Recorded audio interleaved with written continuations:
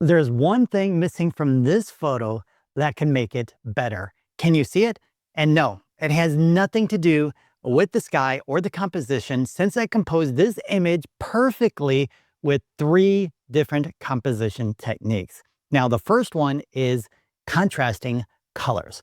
So the red butte against that deep blue sky adds instant visual energy, and it automatically pulls you into the scene.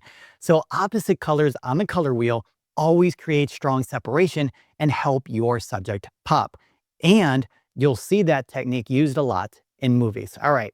So the second composition technique that I used was including a foreground interest with this old dead tree trunk. Now, using that old tree adds another element of interest that also pulls you into the frame.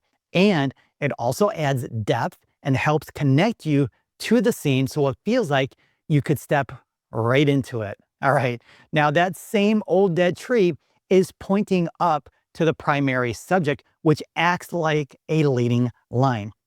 So leading lines don't have to be obvious like roads, trees, or railings. Even textures, shadows, or shapes, or anything pointing somewheres can do the same thing. And this is known as an implied leading line, and your eyes will naturally follow the direction it's pointing in.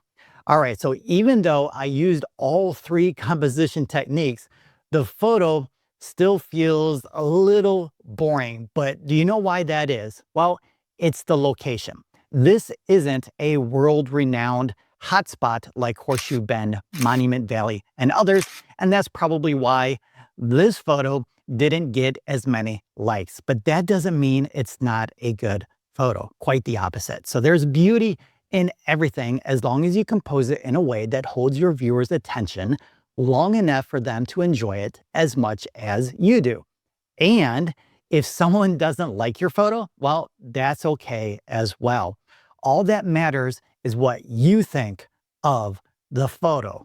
Now, if you found this useful, then you won't want to miss the composition tips I post daily. So make sure to follow along if you haven't done so already.